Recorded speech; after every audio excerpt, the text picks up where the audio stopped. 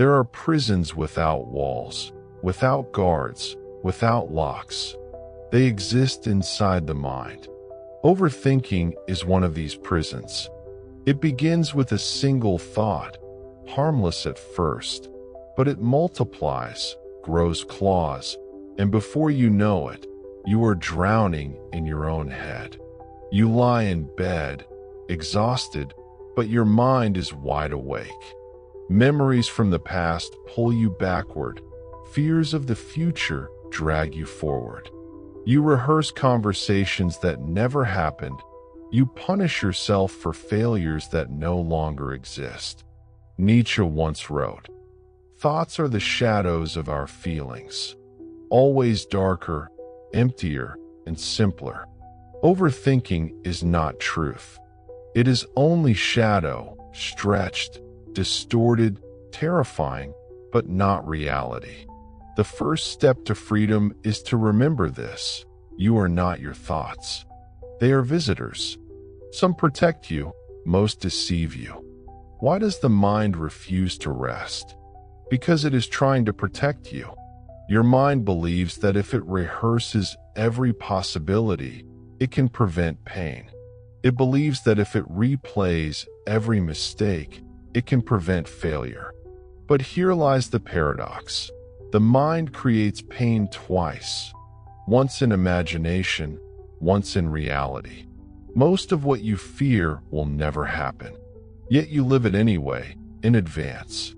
Kierkegaard called anxiety the dizziness of freedom. When faced with endless choices, the human mind trembles. It spins scenarios, what-ifs, futures that may never arrive, all in a desperate attempt to escape uncertainty. But overthinking is not control. It is fear disguised as preparation. And the harder you try to control the future, the less peace you will ever find. Overthinking is not the disease. It is the symptom. It is smoke from a deeper fire. Beneath every anxious thought lies a wound. What if I lose them?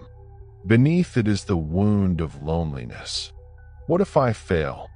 Beneath it is the wound of shame. What if I am not good enough? Beneath it is the wound of rejection. Freud taught us that obsessive repetition often comes from childhood wounds that never healed. Carl Jung added, "Until you make the unconscious conscious, it will direct your life, and you will call it fate." This is why silencing your mind never works. You cannot kill smoke by waving your hands. You must find the fire. So next time you are drowning in thoughts, ask, what am I really afraid of? What scar is this thought protecting? That is where healing begins. How do you stop overthinking? You do not fight your thoughts. You redirect them. First, breathe. Slow, deep breaths calm the nervous system. The body teaches the mind to rest. Second, write. Put your thoughts on paper. Once written, they lose power. Third, create a worry window.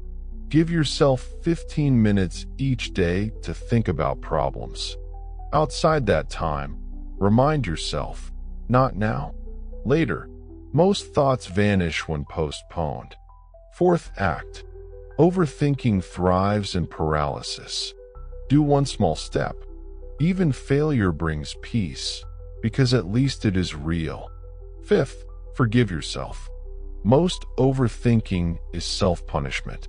Speak to yourself as gently as you would to someone you love. Buddha said, "You will not be punished for your anger. You will be punished by your anger."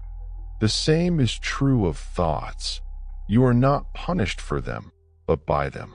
And Marcus Aurelius, the Stoic emperor, wrote, "You have power over your mind, not outside events." Realize this, and you will find strength.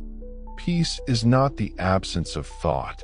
Peace is the ability to let thoughts pass, like clouds across the sky, without chasing each one. Overthinking whispers, "You are not safe. You are not ready. You are not enough. But you are not your thoughts. You are the sky. They are only clouds. The way out of the prison is not to force silence, but to accept imperfection, to live even without certainty, to trust that you can survive what comes. Remember, the mind will always wander. The key is not to stop it, but to guide it. Do not follow every fear. Do not rehearse every tragedy. Choose what story you give your life. Nietzsche reminded us, "He who has a why to live can bear almost anyhow." If you give your mind a purpose, it will stop tormenting you with endless noise.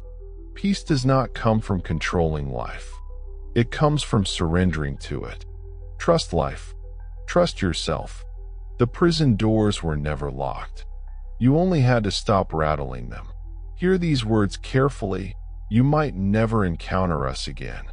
Join Silent Fuel and learn how to rise with power.